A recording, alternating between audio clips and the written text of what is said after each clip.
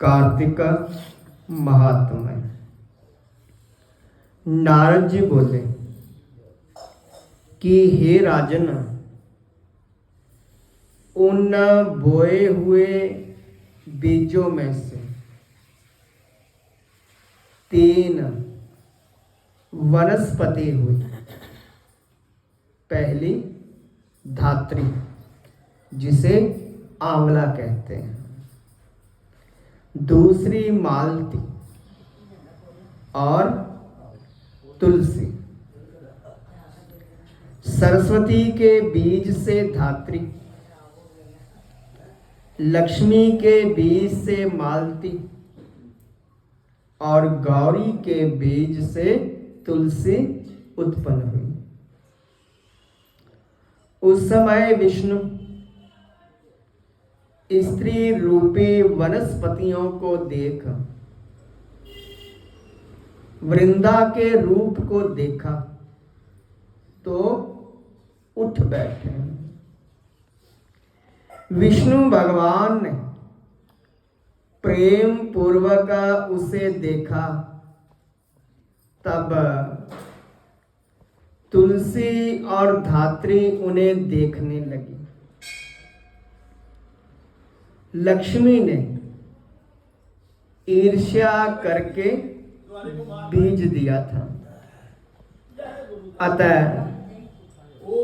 उससे उत्पन्न स्त्री जो थी लक्ष्मी से ईर्ष्या करने वाली हुई।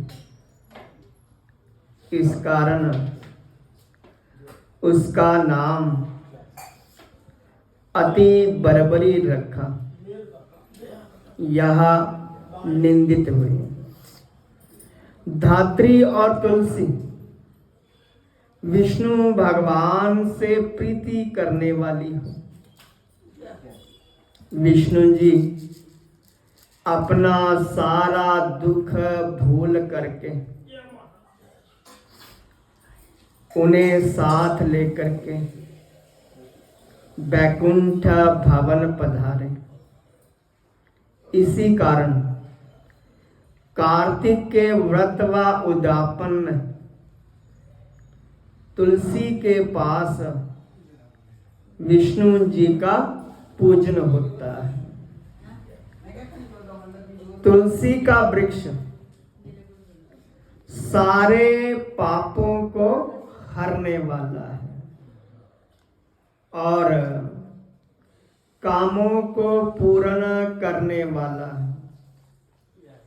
और जहां पर तुलसी होती है वहां पर यमराज के दूत नहीं आते हैं। जहां पर तुलसी होती है वहां पर यमराज के दर्शन तक नहीं होते हैं। नर्मदा का दर्शन करना, गंगा जी का स्नान करना और तुलसी के वृक्ष को लगाने और पालने से और पानी देने से और दर्शन करने से, छूने से मनुष्य के वाणी, मन और काम के पाप जला देते हैं। जो तुलसी की मंजरियों से विष्णु व शिव की पूजा करता है वह गर्भ में नहीं आता है और मुक्ति को प्राप्त हो जाते हैं। पुष्कर जैसा तीर्थ, गंगा जैसी नदी, वासुदेव जैसे देवता तुलसी दल में निवास करते हैं। तुलसी के जड़ की मिट्टी लगा करके प्राणों का त्याग करने वाला चाहे पापों से मुक्त हो विष्णु के समीप रहता है। तुलसी की लकड़ी धारण करने से पाप स्पर्श नहीं करते हैं। हे राजन, तुलसी की छाया में किया गया श्राद्ध अक्षय होता है, अतः वहीं पिंड देना चाहिए। और आंवले की छाया में पिंडदान से नरक में भी पितर मुक्त हो जाते हैं। आंवले का फल तुलसी व द्वारिका की मिट्टी शरीर में लगाने वाला जीवन मुक्त कहा जाता है। आंवले व तुलसी दल मिले जल के स्नान से गंगा जल के स्नान का फल मिलता है।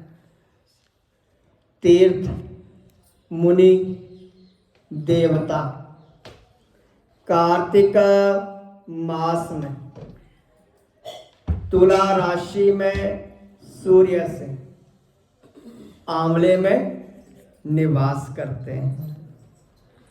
और जो मनुष्य द्वादशी को तुलसी तथा कार्तिक में आंवले के फल तोड़ता है, वह नरक को प्राप्त होता है। जो व्यक्ति कार्तिक मास में आंवले की छाया में अन्न खाता है या खाने के समय आंवला अपने पास रखे, उसके वर्ष भर के पाप नष्ट हो जाते हैं। आंवले के नीचे विष्णु भगवान की पूजा करने से पूरे क्षेत्रों में विष्णु पूजा का फल मिलता है। विष्णु की महिमा की भांति तुलसी व आंवले का महात्म्य ब्रह्मा भी नहीं कह सकते।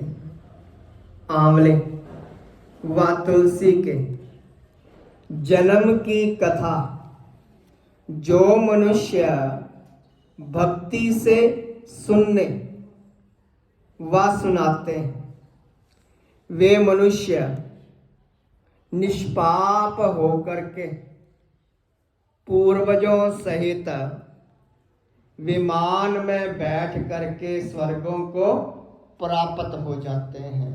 बोलिए श्री विष्णु महाराज की जय।